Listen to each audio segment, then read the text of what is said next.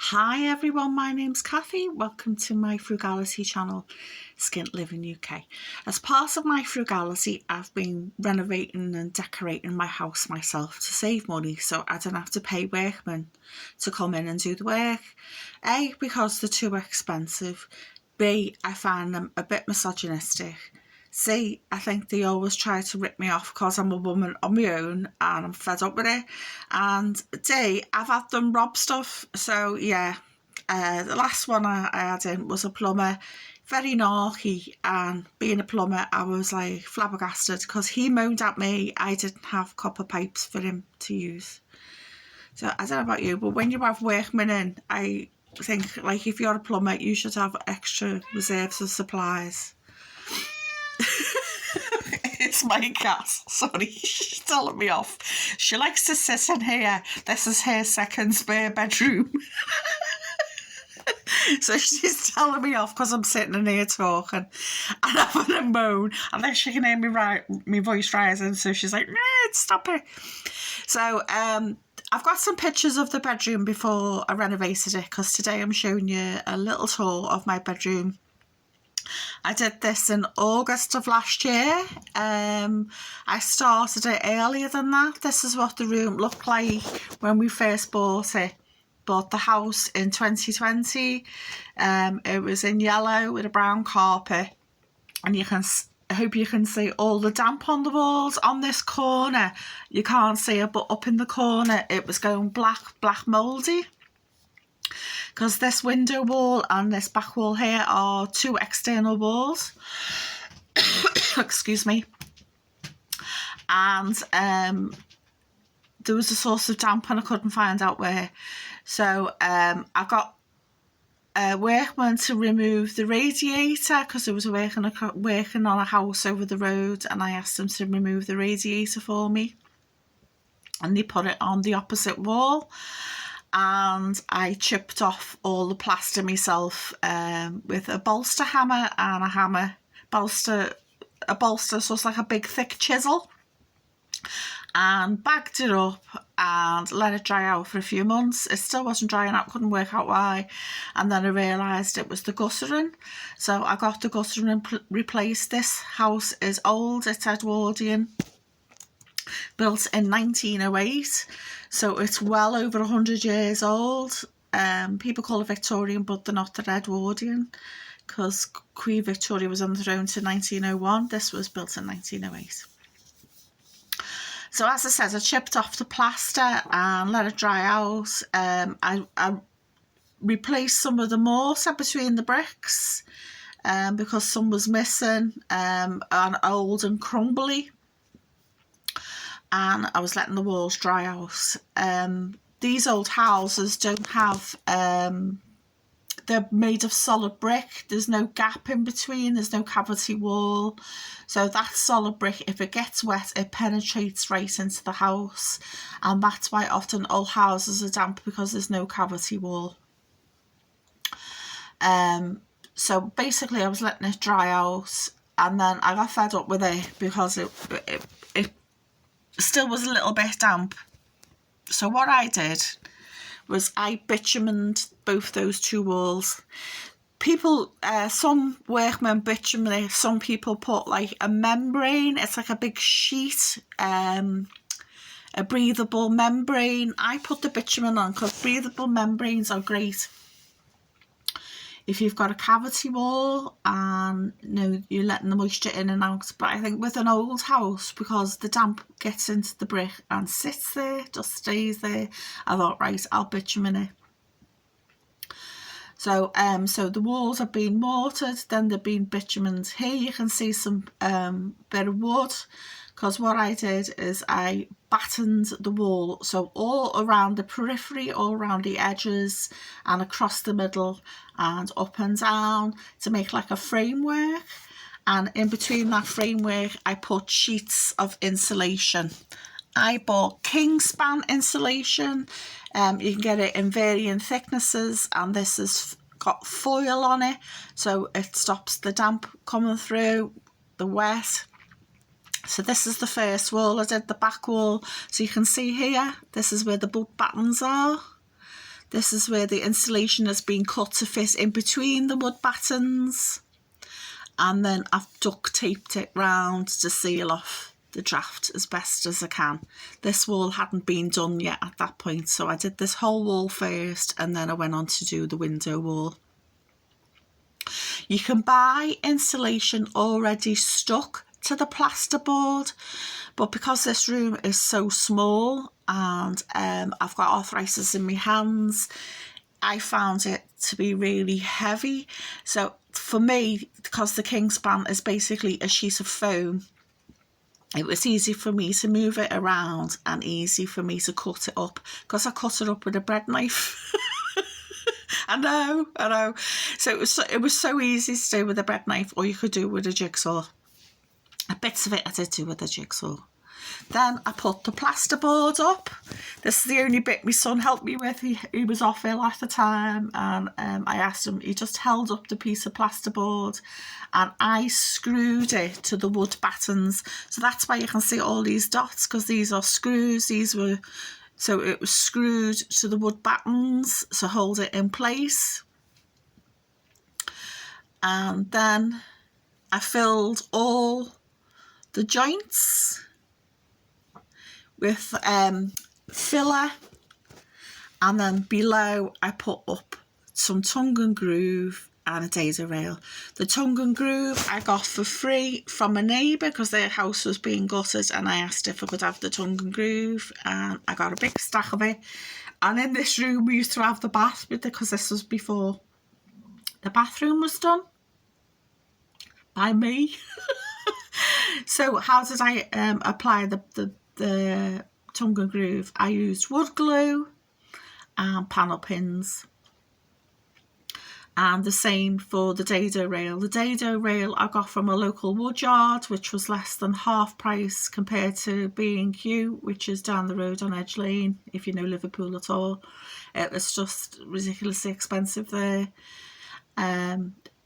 So I did a halfy because I wanted it to look cottage called Grandma chic.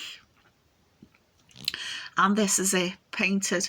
The wallpaper you can see here I got from a charity shop called Bernardo's. It's a kiddie charity shop, and it cost me £2. So the wood was free, the wallpaper was £2. The dado rail, I can't remember how much it was offhand, to be honest, but it wasn't much. Around a tenner, something like that. So the biggest cost in any renovation is always the labour. I fitted the underlay and the carpet myself. I bought the carpet on eBay and I got a discount and I got top cash back. So everything I could possibly get on it. And I'm going to step back now and show you the room. I've been putting my whole carpet down, so I've been putting an offcut on top to keep it clean, because the hall's been painted and decorated now, so I'm just been putting the carpet down, and the carpet is all offcuts from the bedrooms. And this is the bedroom, and this is what it looks like right now. This is my cat. She wants me to open the window. I'm going to open the window and then I'll give you a little tour. Most of the stuff in this room is vintage, thrifted, or bought on the cheap. And the plants are free because I propagate them myself. Right, so the room started, the design of it started with these curtains. These curtains were £10 in Bernardo's. They were brand new, still in the packet. Lined as well. I made these curtain tie backs from the kiddies dresses. You may have seen them on my other crafting videos. I had a pair of white denim jeans, which I used a bit of it to line. I used a pair of tie backs as a template, cut them out. I had a bit of lace in my sewing box, and then I trimmed it off. And this is how I made the tie backs. And these little hooks came from the charity shop. And the hoop was from the seam of the white jeans. I crocheted this blanket from thrifted wool.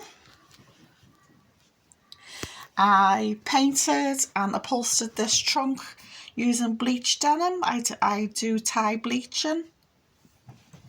I've bought thrifted doors, Victorian doors. I've got two, one for here and one for the bathroom. I'm going to have to get a fella out to do the doors because my hands are too sore. I used to be able to hang doors myself. I can't do it now. So this is a view of the room. Try and step back because the room's only little. So I put the tongue and groove up with wood glue and panel pins, and same with the dado rail. The paint is called Willow Tree by Dulux. This is satin wood paint. And here's the wallpaper. I haven't put any pictures on it because I think it's pretty enough as it is. Little hedgehog picture, charity shop, 50p.